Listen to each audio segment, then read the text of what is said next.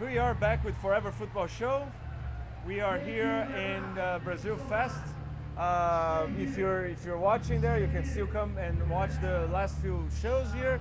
Forever Football Show recording straight from the Seattle Center with Brazil Fest in the background. Talking about friendlies, what other friendlies called your attention last week? Italy lost again. So it seems that we are not able to win. But actually, we lost against Ivory Coast, and but we played very well. Tell us a little bit about, if Brazil brought such a different Yeah, team, how was the Italian? Italy changed a lot. Actually, we brought just 4 players from the last World Cup, and I guess the most important is that so we have a new team, and these 3 guys forward are very good. Like they are Balotelli, Cassano, and Amauri. Amauri now is Italian, so he's going to play for Italy. He doesn't have any chance to play for Brazil. So that is the truth. But I guess Italy can do very well because the coach is very good. He's young. He knows how to talk with this guy, and I guess they are rebuilding Italy. And Who's the coach? is Prandelli. Prandelli was the coach for Fiorentina before, and is one of the best coach in my opinion in Italy. Very good. Where did Yeah. Lippi go? Oh, Lippi is just in his wonderful house in His Versilia. mansion, yeah. Enjoying his both, and I hope that he's not coming back anymore. So he did his time, and in my opinion, he ruined us because he was convinced to go to World Cup, and being the former champion can help us to go to the first round. I say that's the maximum that we can do here. So I did another great thing, but actually he didn't, and it was a little bit arrogant. That's what I think. Oh yeah, that's true. Yeah, but anyway, I think Italy is now is better. I like the team, and of course we played very well. We hit 2 posts, and we played much better than Ivory Coast. And it was not the only team in Europe that was not able to win because Spain tied and the French lost again. So, but at least you can see that there are new players on. What about talking about Italian coaches and European national teams? What about England and Capello? How did England show up this time? They brought pretty much the same team from the Yeah. World Cup. Yeah, but it's over. The relationship there is over. So I hope for England, if they want to win something in the next European Cup, that they fire Capello, and they don't have to be afraid of paying him 7 million euro.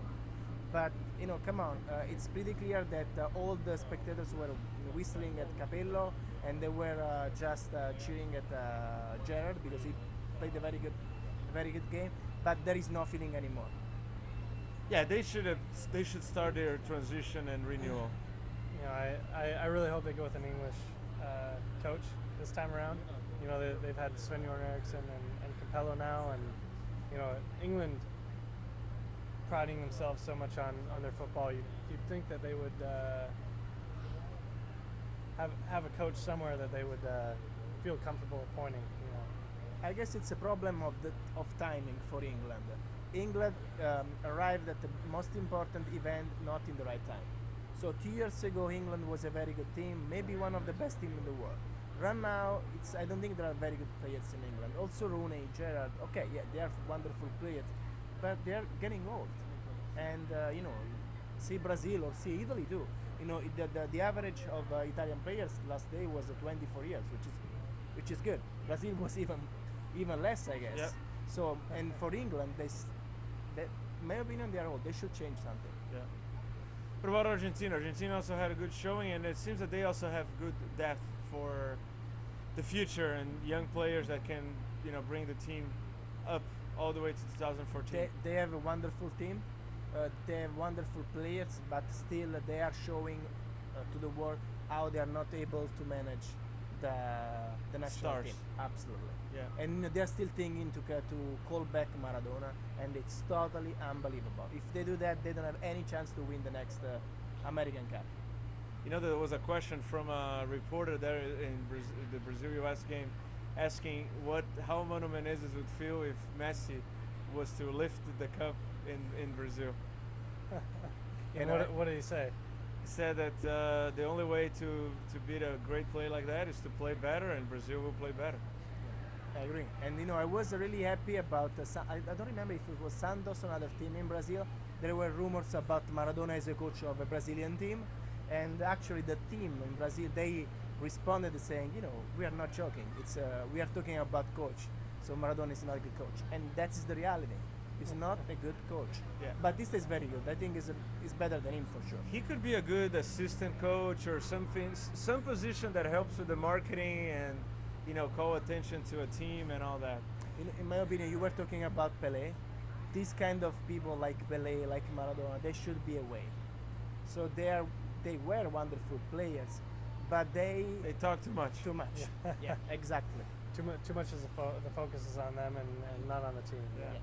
I agree. Anyways, we were just talking about England, and today the first European league, well, the first European league that matters, I would say, Good.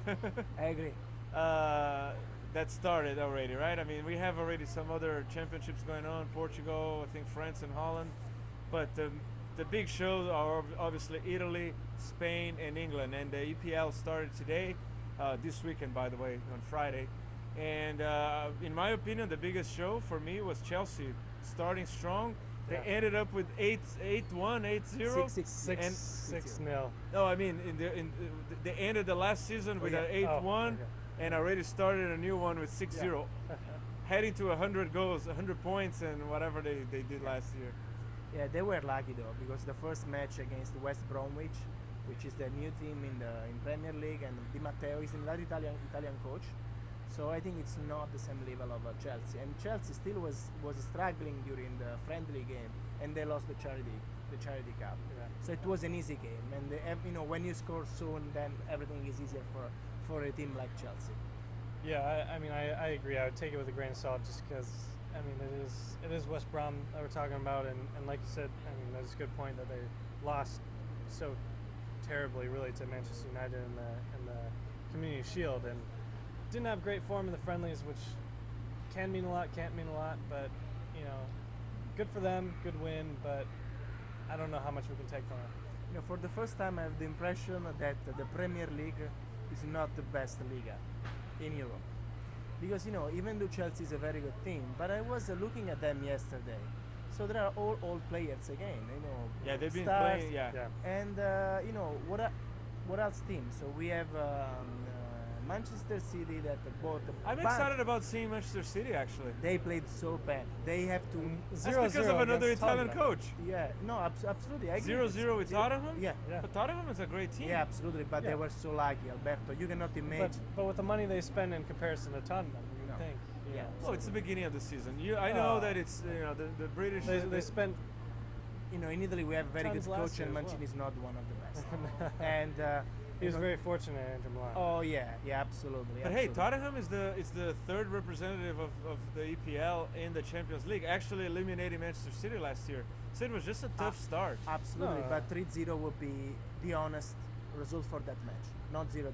They totally dominated. They killed Manchester City, and Mancini has just to thank his goalkeeper Hart, which is, in my opinion, is a very very good goalkeeper. He's the best one they have in England right now. So they were just lucky. The only thing that's very interesting about Manchester City is that they just bought Balotelli. So, and I'm very curious to see what happens with him. Throw Mancini's another gonna- forward on the pile. Yeah. Mancini's gonna have trouble, putting this team together because there are too many forwards now. They're already even getting rid of Robinho. Yeah. Spending money in all the wrong places. Robinho is leaving though. Yeah. That's what. Yeah, I think they needed to create more strength in the defense and midfield, right? Who are the midfields, the strong midfields for? So they bought Kolarov from Lazio for Yeah. 20 million. But he's a euro. left back. Yeah. Then it's just a big team made by stars. But if you don't put something in the team, it's the same thing with the Sanders.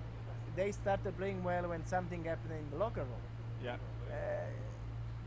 We'll see. Anyway, but I think for the first time we are looking at the Premier League with other eyes. It's not the best Liga as we.